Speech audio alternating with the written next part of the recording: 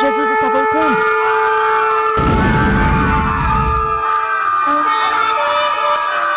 O Filho do Homem surgirá nas nuvens do céu. O terror tomará conta do mundo ímpio. As pessoas correrão desesperadas.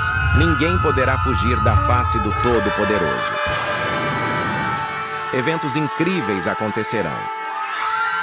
Coisas terríveis que a humanidade jamais viu. Os ímpios morrerão. Todos os mortos salvos serão ressuscitados. Serão levados para o encontro com Jesus nos ares. Então seremos levados para Nova Jerusalém. Passaremos 1000 anos lá. Você está se preparando?